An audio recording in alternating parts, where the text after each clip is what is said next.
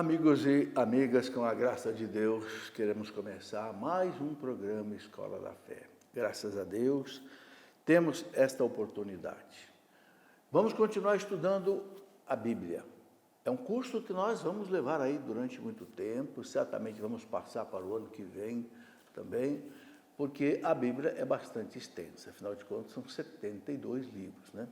Hoje vamos começar o estudo do Gênesis. Depois que nós fizemos uma introdução, né, mostrando como ler a Bíblia, como é que a Bíblia foi escrita, a história do povo judeu, todo um arcabouço necessário para que a gente possa entender a Bíblia, são vários programas, né? Agora então vamos começar a desdobrar cada um dos livros da Bíblia, ok?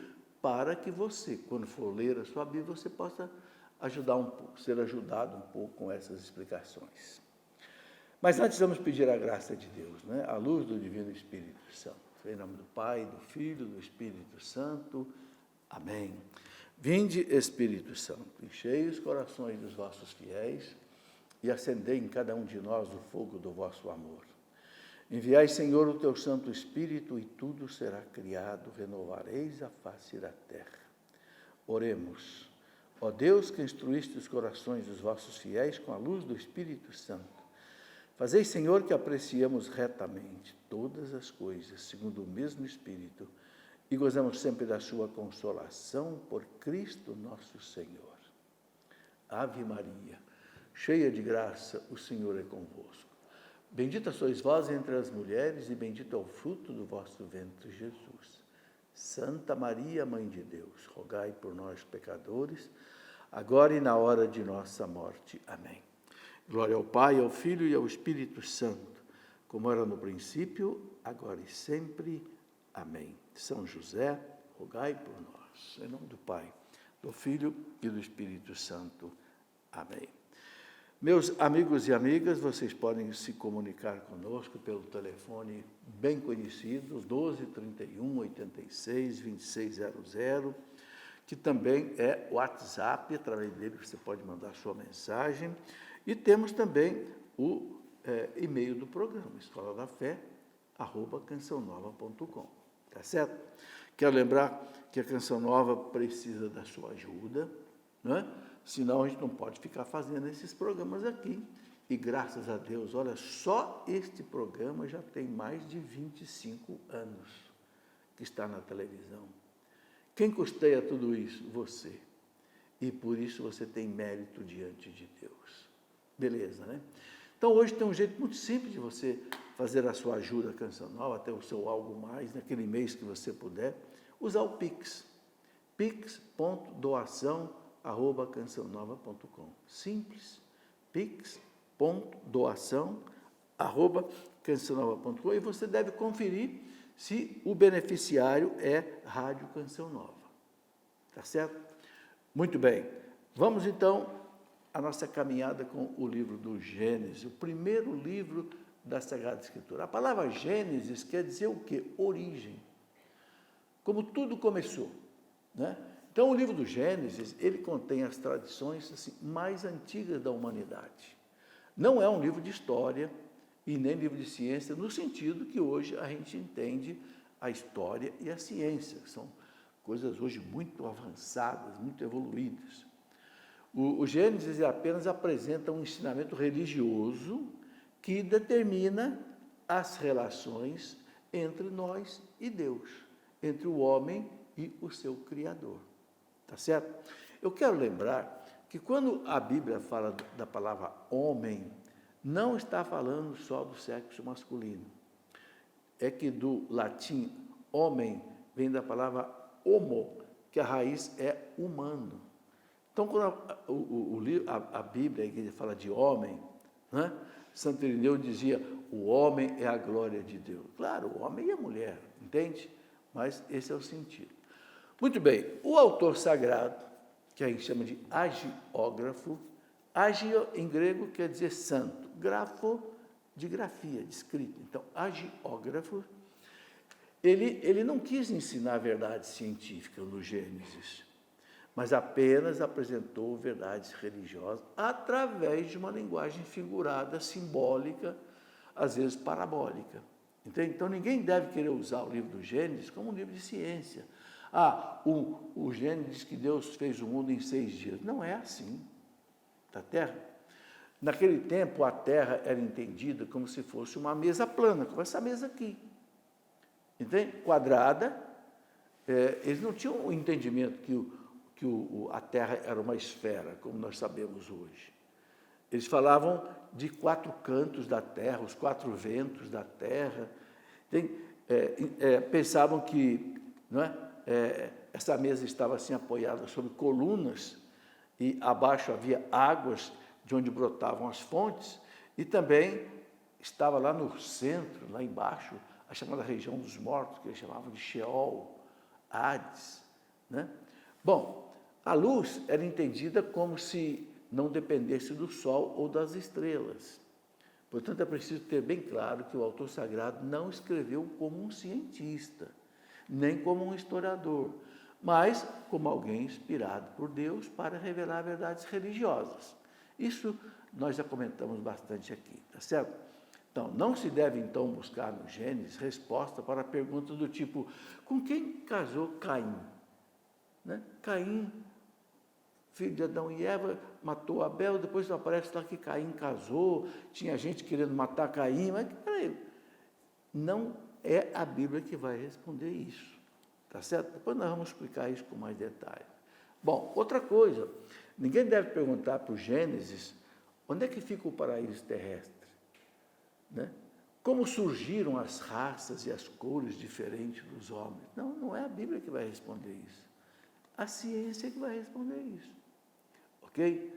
Bom, começa com a criação do mundo e do ser humano por Deus. Então, tem o capítulo 1 e 2 do Gênesis mostra a criação. E termina, né, com a permanência daquelas 12 tribos de Israel, os filhos de Jacó, que passou a se chamar Israel, no Egito. Então, o Gênesis começa lá com a criação do mundo, vai até o povo de Deus, com as 12 tribos que estão no Egito. Depois, aí o povo vai sair do Egito, então aí vem o segundo livro, que é o livro do Êxodo.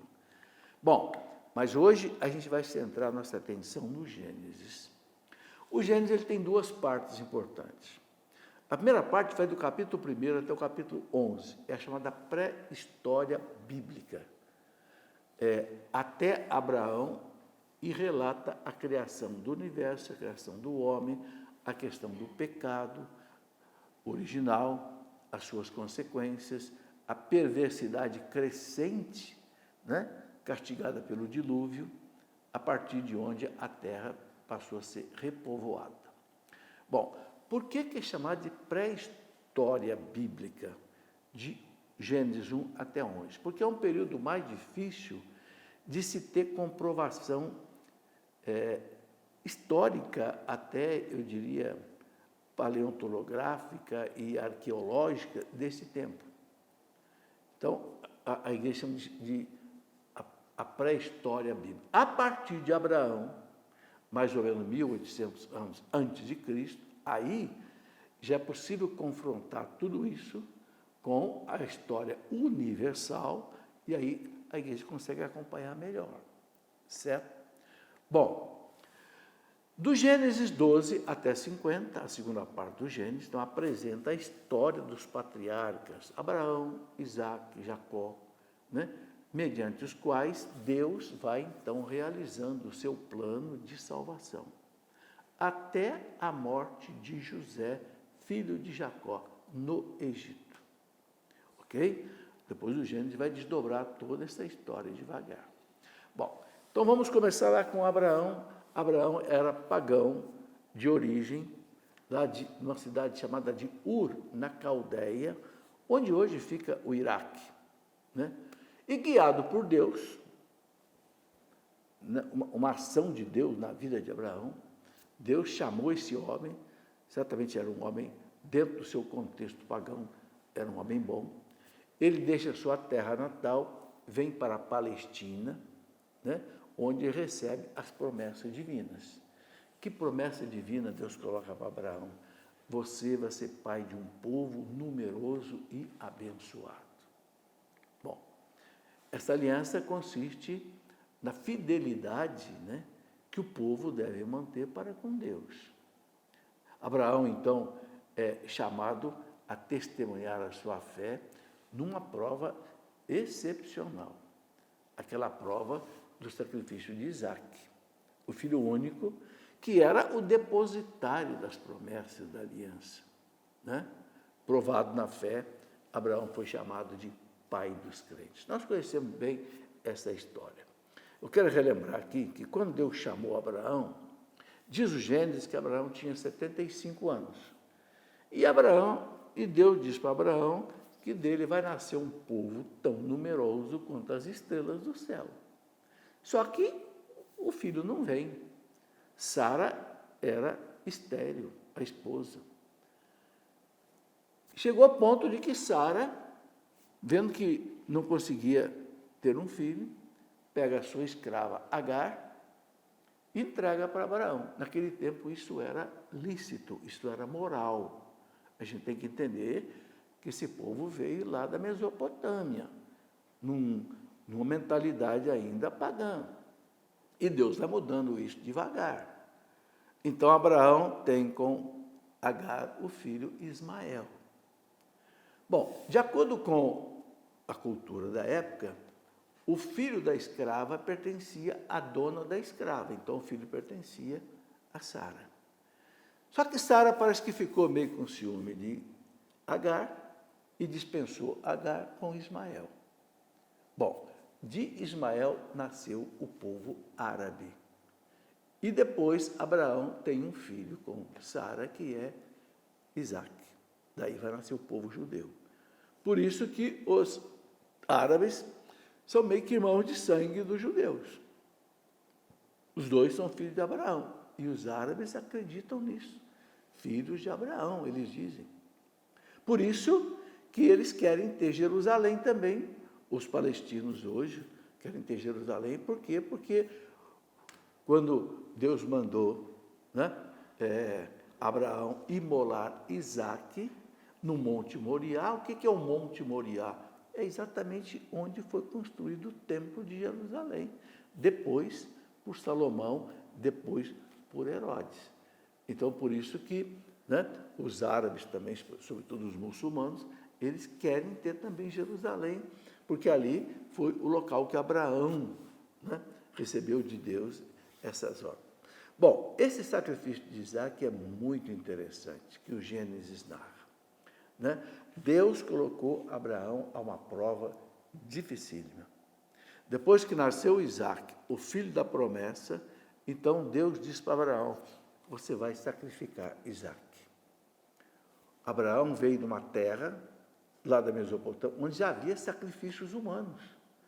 Então, na cabeça de Abraão, o Deus que o chamou para a Palestina ainda não era muito diferente dos deuses lá da... É devagar que Abraão vai entendendo isso. E Abraão, ele vai sacrificar Isaque. A carta aos Hebreus fala que Abraão tinha uma fé tão grande que ele achava que Deus era possível ressuscitar o seu filho, já que esse filho era o filho da promessa, do qual ia nascer toda a descendência. E olha que coisa impressionante, né? Abraão coloca a lenha do sacrifício, porque o sacrifício era o quê? A vítima era imolada e depois era queimada num altar. Então, Abraão coloca a lenha no ombro do Isaque, Isaque leva, né? Abraão monta um altar, coloca lá a lenha, coloca Isaque em cima e ele vai imolar Isaque. Mas na hora que ele, né, vai imolar Isaque com a faca, o anjo segura a mão de Abraão e disse: Abraão, parabéns, você passou na prova, né? Por isso Deus vai te dar, né, tudo aquilo que Ele prometeu. A gente fica perguntando por que Deus colocou Abraão numa prova tão pesada dessa. E Abraão, São Paulo fala, foi justificado na sua fé, porque ele não disse não a Deus. Na verdade, sabe, gente, quando Deus usa alguém para o seu serviço, Deus testa essa pessoa. Deus não usa qualquer pessoa no serviço dele, porque ele sabe que o serviço dele é difícil. o serviço dele é pesado. Todo mundo que trabalha para Deus se cansa, muitas vezes é perseguido. Então, Deus quer saber se o sujeito tem realmente fé. Se ele não está ali de brincadeira. Se ele não está ali querendo servir a Deus para aparecer, para ganhar dinheiro, para fazer, não. Então, Deus testa. Você pode ter certeza, todos os homens e mulheres de Deus são altamente... É só ler a vida dos santos. Então, Abraão foi testado. E Abraão, por isso que é chamado de pai dos crentes, porque passou por essa prova. Os santos doutores da igreja fazem uma comparação muito interessante com esse sacrifício de Isaac. Isaac que carregava aquela lenha ali, era a imagem do Cristo que carrega a cruz. Isaac quer ser imolado, não foi imolado, mas o Cristo foi imolado na cruz. Depois Abraão viu um cordeiro amarrado pelo chifre. Abraão pega o cordeiro e imola o cordeiro. Esse cordeiro é exatamente Cristo, que é o cordeiro de Deus que tira o pecado do mundo. Então, essa cena toda é de uma riqueza impressionante, que os homens da igreja, os padres da igreja, sabiam tirar daí muitos ensinamentos. Bom, o texto mostra como Deus se relaciona com os seres humanos. Ele os acompanha, né? Promete seu apoio firme.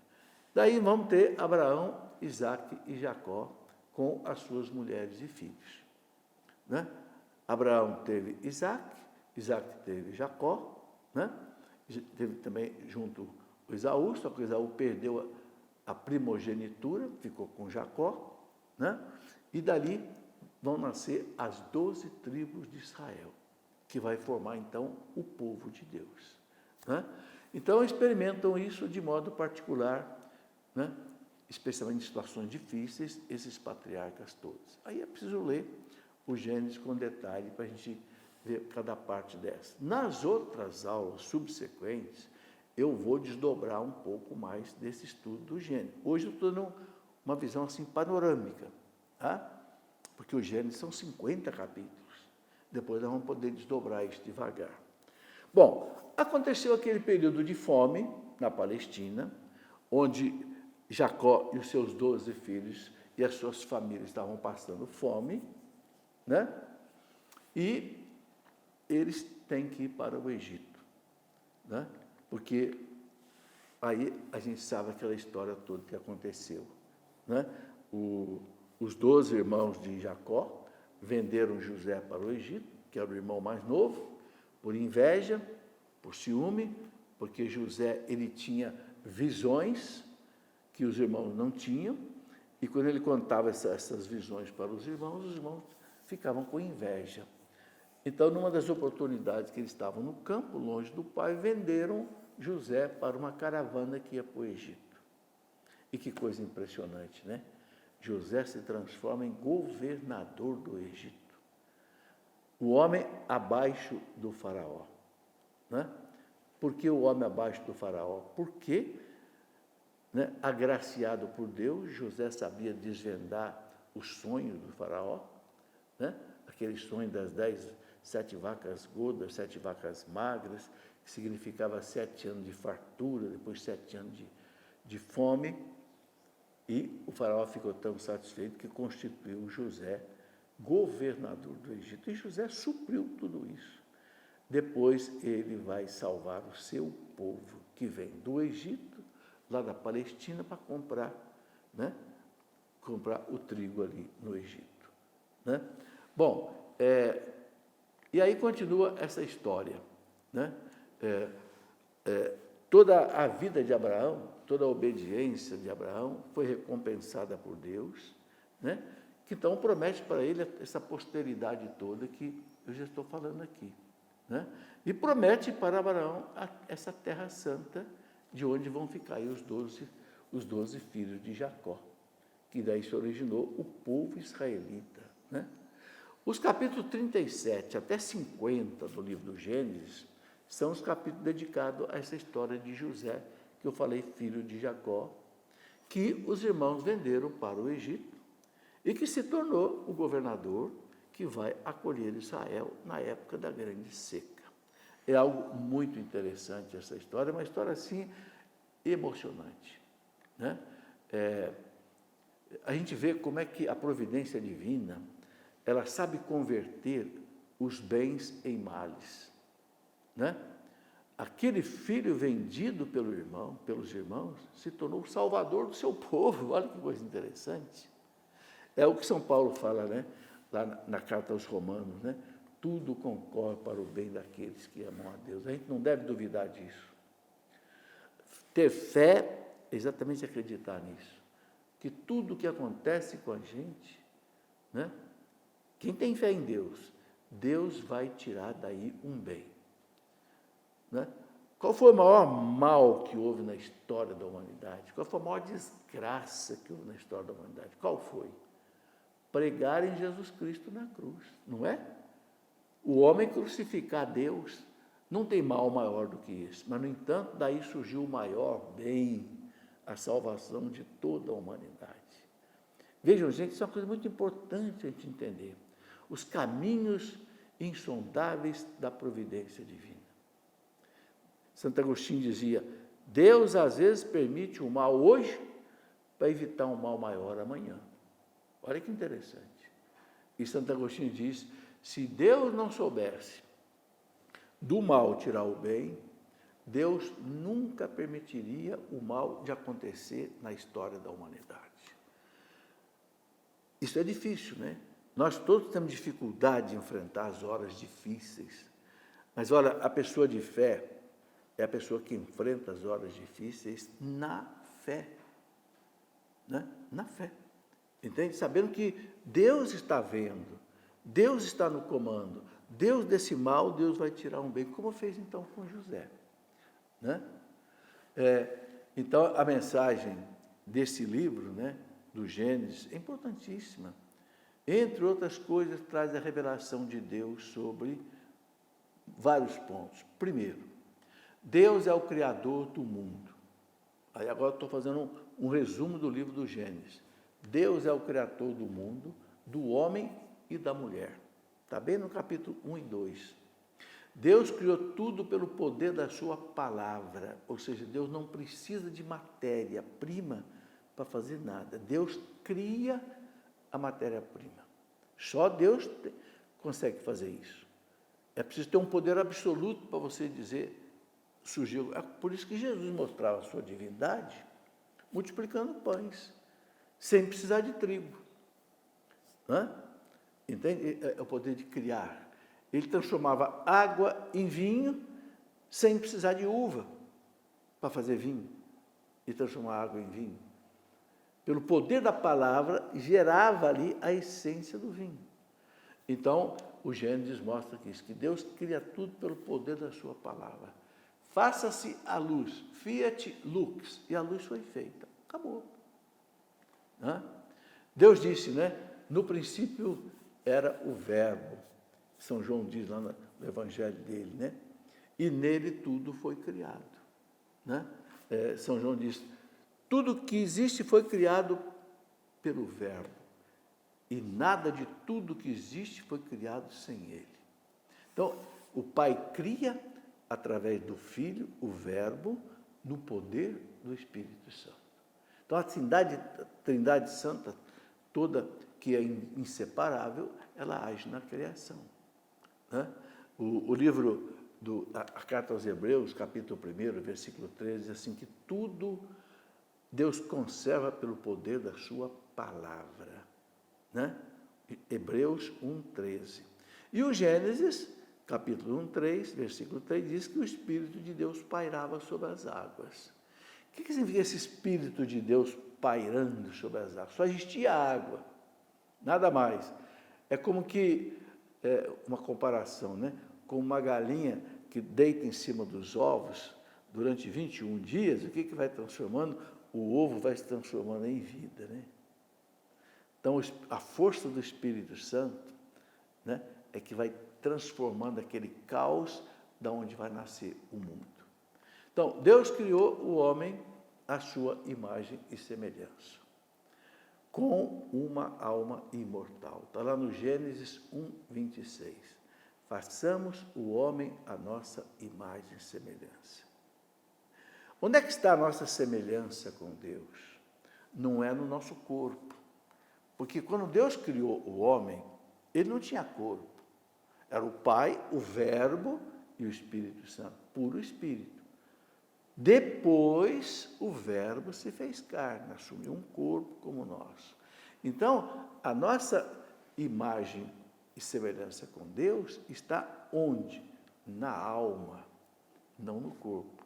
Porque é na alma que está tudo aquilo que não perece: a liberdade, a inteligência, a vontade, a consciência, a memória, capacidade de amar, cantar, sorrir, chorar, projetar, induzir, deduzir, analisar. É na alma. E esta alma não morre. Ela é imortal. Por isso, aí está a nossa semelhança com Deus. O corpo vai morrer. O corpo vai ser dissolvido. Deus vai fazer outro depois. Mas a alma não. A alma ela permanece mesmo depois da morte da pessoa. Porque o que é a morte? A morte é a separação do corpo e da alma. O corpo vai para a terra, a alma volta para Deus. Ok? Bom, então, começamos aí a analisar exatamente a criação, né? Nós vamos fazer o nosso intervalo, mas depois eu vou continuar, né? Mostrando que Deus, né, colocou o homem para ser o guarda dessa criação e deu missões importantes ao homem. Daqui a pouquinho nós voltamos. Meus amigos e amigas, estamos de volta com a nossa Escola da Fé. Quero mostrar a vocês alguns livros que ajudam a nossa formação. Todo mundo sabe que escola é formada de professores, alunos e livros, né? E hoje também outros recursos audiovisuais. Mas o livro, ele não cai de moda, né? Esses dias eu estava lendo uma reportagem muito interessante, uma pesquisa, dizendo que a pessoa, quando lê alguma coisa no livro, ela grava muito melhor e tem mais benefícios do que um outro tipo de leitura. Bom, nós estamos aí nos aproximando do Advento. Então, quero mostrar a vocês esse livro, A Luz Brilhou nas Trevas. Esse livro é um livro sobre a encarnação do Verbo, sobre Jesus que desce a nós. Aqui eu coloco 10 reflexões muito bonitas de alguns santos doutores da igreja. Por exemplo, né, rapidinho eu vou colocar aqui, né, tem São Cirilo de Jerusalém, doutor da igreja, São Leão Magno, né, Santo Irineu, Santo Atanásio, São João da Cruz, São Gregório Nazianzeno, São Carlos Borromeu, Santo Agostinho, São Pedro Crisólogo. São 10 reflexões profundas sobre a encarnação do Verbo. Depois coloco também alguma coisa sobre o Advento, preparação para o Advento, todos os sinais, por exemplo, do Natal, né? O presépio, a árvore de Natal, etc., todas essas coisas. E também uma novena de Natal, pessoas fazendo para preparar para o Natal. E algumas curiosidades interessantes, por exemplo, não sei se você sabe como é que surgiu a música Noite Feliz, que é cantada no mundo inteiro, uma história muito bonita. Depois, por exemplo, outra coisa que ficou assim, marcando o Natal, o Panetone. É uma história muito bonita também, porque o Panetone ficou famoso. Bom, os livros sobre a Bíblia nós já temos mostrado aqui, né? Introdução à Bíblia, uma coleção, um curso bíblico, né? Estamos tratando agora disso. Depois temos os livros históricos, né? Temos também depois os livros sapienciais e livros proféticos. Todos esses livros eu já tenho mostrado aqui, é uma coleção. Esses 4 volumes, eles cobrem todo o Antigo Testamento. Estamos preparando também do Novo Testamento, né? Hoje eu estou vendo muita gente, graças a Deus, estudando a Bíblia. Então, isso aqui ajuda as pessoas a compreenderem melhor, porque não é fácil, né, a gente entender. Eu tenho usado bons manuais, né, que explicam toda a Bíblia para preparar esse material, inclusive essas aulas que nós estamos tendo. Bom, mas voltando ao nosso assunto, estamos tratando do Gênesis, né? Eu estava falando que Deus criou o homem e a mulher à sua imagem e semelhança, né? E Deus confiou ao homem a guarda da criação. Isso é muito interessante, né? Lá no Gênesis 1, capítulo 1, versículo 28, né? Deus entregou a criação na mão do homem, chamou o homem e deu a ele todas as coisas, né? Mandou que ele desse nome a todas as coisas. Dar nome na Bíblia significa tomar posse. Então Deus colocou o homem como seu jardineiro aqui na terra. Por isso que o homem tem que cuidar da terra. Não pode mesmo deixar a terra poluir, não pode deixar o ar poluir, não pode deixar a água poluir. Senão a gente estraga esse mundo de Deus, né? Bom, e Deus designou ao homem os seus limites de criatura, né? Que ele não poderia violar, né? Então Deus colocou bem claro para o homem, né? Você pode comer todas as frutas aqui desse jardim, agora só não coma o fruto dessa árvore aqui, a árvore do bem e do mal, porque o dia que você comer o fruto dessa árvore, você vai morrer. Bom, isso nós vamos estudar depois com mais detalhe, o pecado original. Bom, outra coisa que o Gênesis mostra, Deus é distinto do universo, quer dizer, não existe o panteísmo. Panteísmo quer dizer, Deus e o mundo são a mesma coisa. Então, muitos povos orientais, né, lá, por exemplo, não sei, na Índia, na China, há muito panteísmo. A pessoa acredita, o hinduísmo, por exemplo, acredita que ele é Deus. A árvore é Deus. Não. O Gênesis deixa claro que não. Deus é Deus, a criação é criação, a criatura é criatura. Ok? A criação não é uma emanação obrigatória de Deus. Não. Deus fez o homem porque ele quis fazer. Se não quisesse, o homem não existiria. Fez o mundo porque ele quis fazer. Se não quisesse, não existiria. Terceira coisa que o Gênesis explica: o mundo é bom. Foi submetido a leis fixas, a leis da física, da química, né? A leis da biologia. O mundo todo está estabelecido em leis que a gente pode estudar, pode conhecer e pode desenvolver a ciência. Aliás, o Ocidente cristão desenvolveu muito, por quê? Porque a igreja sempre entendeu isso. Então, os grandes cientistas da igreja, desde a Idade Média, desde lá do ano 1000, os grandes padres cientistas da igreja, monges como Mendel, que descobriu as leis da genética, né? Nicolau Copérnico, que descobriu as leis da gravitação universal, né? E tantos outros, né? Porque entenderam que o mundo foi feito em cima de leis, e essas leis podem ser estudadas. Engraçado, o Oriente, por causa do panteísmo, não acreditava nisso. E olha que consequência tremenda houve. O Oriente não desenvolveu e o Ocidente desenvolveu tudo, por causa da cosmovisão cristã do Ocidente. Você pode notar que todas as grandes descobertas científicas foram aqui no Ocidente. Rádio, TV, internet, automóvel, trem, tudo que é tipo de máquina elétrica, mecânica, eletrônica, tudo começou aqui no Ocidente. Telecomunicação. Por quê? Porque o Ocidente cristão aprendeu com a igreja que o universo, que as criaturas são feitas de leis que podem ser estudadas e aí desenvolver a ciência. Bom, outro ponto que o Gênesis explica: o mundo criado manifesta a glória e a paz de Deus. O mundo tem um sentido, o mundo tem um objetivo. É uma nova criação em Cristo. O Apocalipse capítulo 21, versículo 1 fala que haverá novos céus e nova terra. O Catecismo da Igreja fala que o mundo não vai acabar. Não. Parágrafo 1047 do Catecismo diz que o mundo será transformado quando Cristo voltar. Não sabemos como. E haverá novos céus e nova terra. Veja, nova terra. A terra não vai desaparecer, vai ser transformada. Agora, como isso, a igreja não sabe como é que será. Bom, Quinta coisa que o Gênesis explica: o homem foi criado da terra, mas ele foi animado de um espírito de vida, a alma, imortal, criado e dado por Deus. O homem foi criado para viver na amizade de Deus.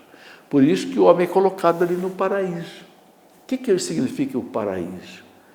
É uma coisa parabólica. Paraíso significa o quê? O homem em comunhão com Deus, no seu jardim.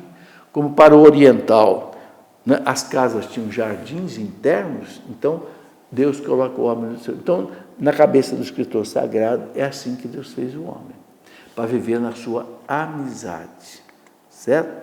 O homem foi criado livre, Deus não quis criar escravos, mas filhos, né? E Deus submete a criação toda ao homem, né? Manda o homem dar nome a todos os animais, etc. Tal. Bom, depois Deus cria a mulher. Deus vê que o homem não é feliz sozinho, então vai dar ao homem uma companheira. E uma palavra muito bonita que aparece na Bíblia é essa: vou te dar uma companheira, uma auxiliar adequada. Que coisa bonita isso, né? O livro do Eclesiástico, no capítulo 26, Eclesiástico 26, ele coloca assim, né? Uma boa mulher duplica o número de anos do seu marido. Uma boa mulher, né, estende a paz nos anos da sua vida. É interessante isso, né? Tanto assim que quando Adão viu Eva, ele ficou satisfeito. Está lá no capítulo 2 do Gênesis, versículo 23, Adão diz: agora sim, agora tem alguém que é osso dos meus ossos e a carne da minha carne, ela vai se chamar mulher. Como ele já tinha dado nome a todos os animais que Deus deu para ele deu o nome também à mulher. Por quê? Porque mulher, no hebraico, Isha, é o feminino de homem, Ish, I-S-H, homem, S-H-A, mulher. E aí, né, Deus olha para os dois e coloca aquela coisa importantíssima. Por isso, o homem deixa a casa do seu pai, da sua mãe, se unirá à sua mulher e sereis uma só carne, sereis uma unidade. Crescei, multiplicai e habitai a terra. Aí está o desígnio de Deus para o casal, para a família.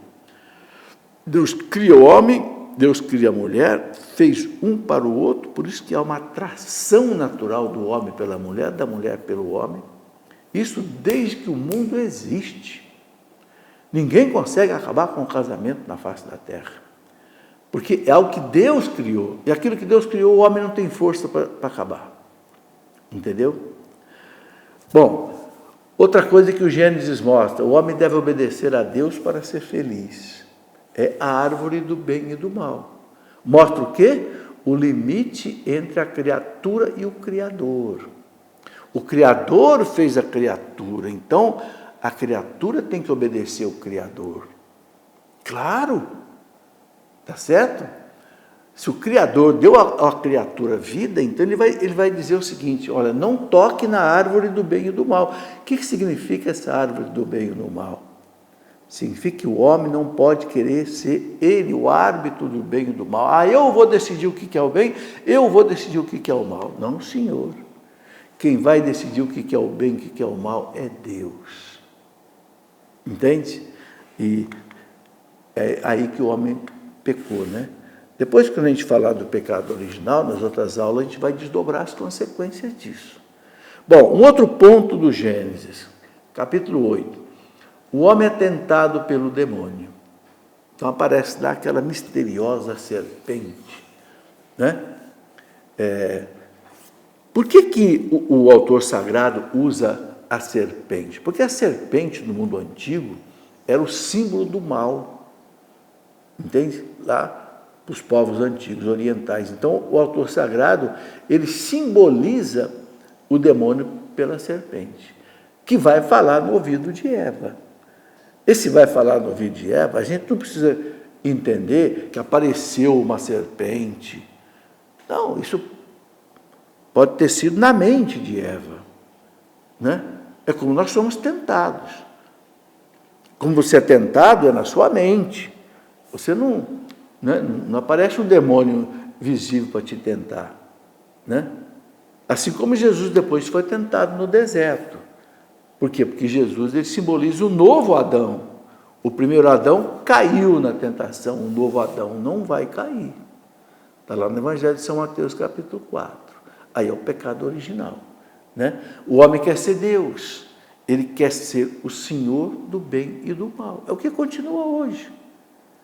O homem hoje ele quer seguir a Deus? Sim, quem tem fé quer, mas e quem não tem fé? Não, quer ser Deus, quer fazer clonagem, quer fazer uma porção de coisas que a lei de Deus não permite. Né? Ele quer assumir o lugar de Deus. Aí é que está o perigo.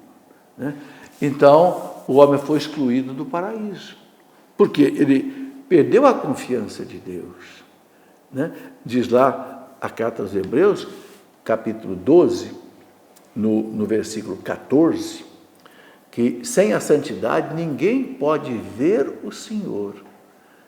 Essa frase lá da carta aos Hebreus é muito forte. Sem a santidade ninguém pode ver o Senhor, quer dizer, ninguém convive com Deus em pecado. Então o homem foi expulso do paraíso. A gente vê lá aquele querubim que ficou lá com uma espada de fogo, impedindo o homem de voltar e não poder tocar na árvore da vida. Era outra árvore que tinha no paraíso. Na árvore tinha a árvore do bem e do mal, que eu já expliquei. E a árvore, o que era essa árvore da vida? A imortalidade. O homem perdeu a imortalidade. Então ele não pode mais agora tocar na árvore da vida no estado de pecado que ele ficou. Então ele tem que ser redimido do pecado para voltar à eternidade. É o que vai acontecer conosco. Nós todos passamos pela morte para voltar à eternidade. Bom, outra coisa que o livro do Gênesis explica é que a morte então entrou na história da humanidade por causa do pecado. São Paulo fala na carta aos Romanos, capítulo 5, assim como a morte entrou no mundo por um homem, Adão, a salvação entrou por um homem, Jesus Cristo. Então agora, como eu já disse, o homem terá que morrer e ressuscitar para recuperar a comunhão com Deus, ou seja, a vida eterna. Né? E uma coisa muito importante que São Paulo coloca, exatamente na carta aos Romanos, capítulo 6, versículo 3, é que o salário do pecado é a morte. A partir do pecado entrou a morte. Isso é uma reflexão muito importante. Né? Todo o sofrimento do mundo, toda a dor que há no mundo, meus irmãos, tem como raiz primária o pecado. Por isso que o Cristo veio para tirar o pecado do mundo. O Cordeiro de Deus que tira o pecado do mundo. O resto é consequência do pecado. A fome, a miséria, a guerra é consequência do pecado. Se você não arrancar o pecado, continua. Veja que o Cristo voltou para o céu e continua aí a morte, a fome, a miséria. Por quê? Porque o pecado não foi ainda arrancado totalmente da face da terra. O pecado será totalmente arrancado da face da terra só quando Cristo voltar. Aí sim haverá novo céu e nova terra. Bom, outra coisa que o Gênesis ensina, aqui para mim é a décima, é o 10º item. A natureza foi prejudicada também. Deus disse para Adão: maldita será a terra por tua causa. Olha aí, Gênesis 3,17. Então, veja, não foi só o homem que ficou prejudicado pelo pecado, mas também a natureza. Né? Por isso que Deus diz para Adão: Adão, meu amigo, agora você vai ter que tirar o pão de cada dia com o suor do teu rosto. O que significa o suor do rosto? O sofrimento. Haveria trabalho, sim, mas o trabalho não seria algo cansativo como hoje. Não. Mas agora, Deus diz para Adão, agora a terra vai produzir espinhos. abrolhos, não era para ser assim. A terra só ia produzir frutos e flores, mas por causa do seu pecado. Olha, é a intimidade do homem com a natureza. Entendeu? A natureza sentiu, então a natureza também se revoltou contra o homem. Por isso que o profeta Isaías, lá no capítulo 11, versículo 6, quando ele fala do reino messiânico, quando o Messias voltar, ele fala que o lobo será hóspede do cordeiro. Você já pensou um lobo ser hospedado por um cordeiro? Tudo que o lobo quer é comer o cordeiro. A pantera se deitará ao pé do cabrito. Meu Deus, tudo que uma pantera quer é comer um cabrito. Né? Isaías fala, a criança desmamada, novinha, vai poder enfiar a mão na toca da serpente e não lhe fará mal algum. Né? As criaturas do paraíso só comiam ervas. Está lá no Gênesis 1, 29 e 30. Então, o profeta Isaías fala que o leão vai comer palha. Ou seja, o leão não vai mais matar animais para se alimentar.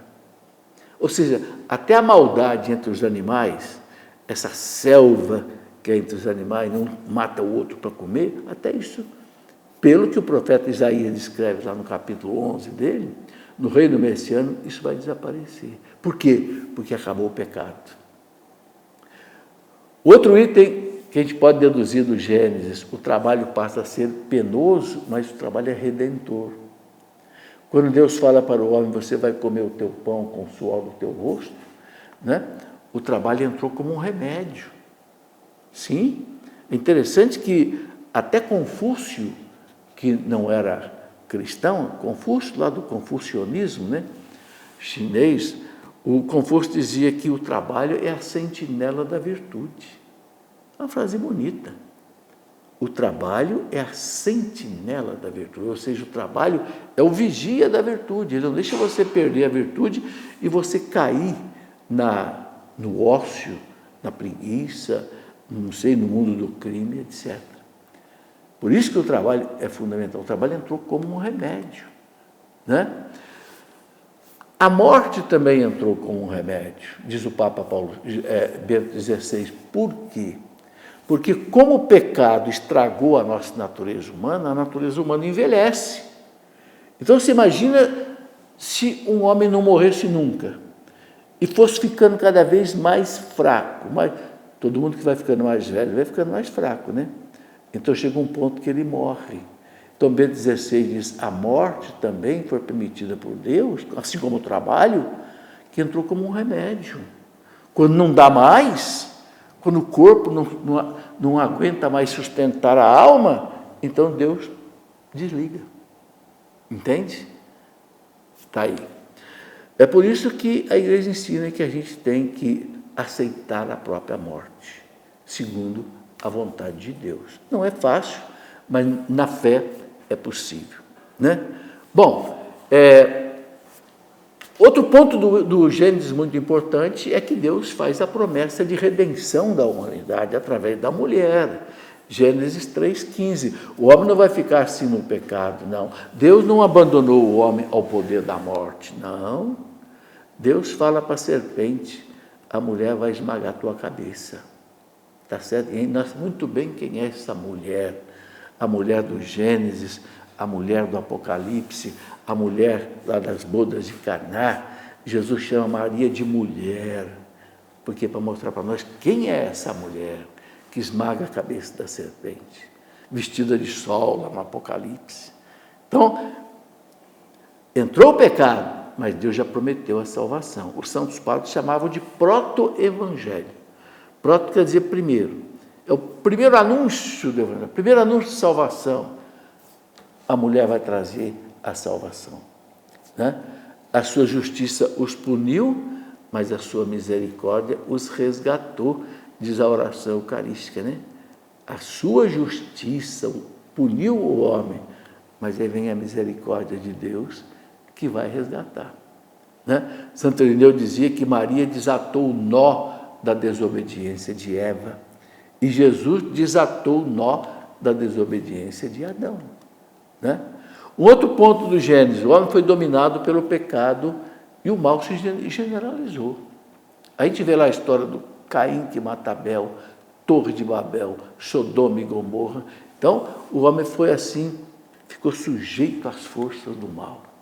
Até que Deus vai depois, devagar, resgatando isso. Um outro ponto é que Deus faz uma primeira aliança com o homem. Essa aliança está lá com Noé, Gênesis 11. O arco-íris é o sinal dessa aliança. Né? A arca de Noé, sinal da igreja. Né? Prenúncio de uma nova criação. Um outro ponto, Deus continua a aliança com Abraão, Isaque e Jacó. Com Abraão, o sinal vai ser a circuncisão. Depois, Deus renova essa aliança com Moisés, aí já vão ser as tábuas da lei. Bom, no Gênesis, a gente encontra duas narrativas sobre a criação.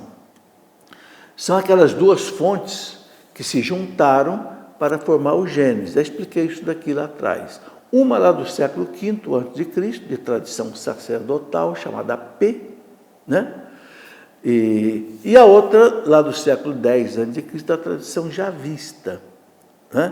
Então, é por isso que a gente encontra no livro do Gênesis, assim, são dois modos distintos que se completam, revelando o começo do mundo, a criação do homem, mostrando a grandeza, o amor de Deus revelado, na beleza e na harmonia da criação. Então, ninguém deve estranhar quando vê o Gênesis contar duas vezes, né, a história, né, da criação.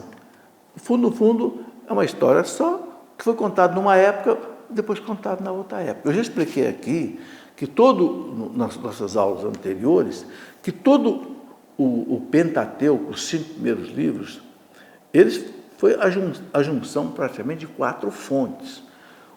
Uma fonte lá da Samaria, né? Depois outra fonte da Judéia, depois uma outra fonte da Samaria e uma outra fonte que veio lá do exílio da Babilônia, chamada fonte sacerdotal. Juntou-se tudo isso e deu, então, o Pentateuco. Bom, o Catecismo da Igreja ensina que o mundo não é o produto de nenhuma necessidade qualquer, mas nem de um destino cego ou de um azar, não. Cremos que isto procede do livre-arbítrio de Deus, que quis fazer a natureza e as criaturas participarem do seu ser, sua sabedoria e sua bondade. Está no número 295 do Catecismo.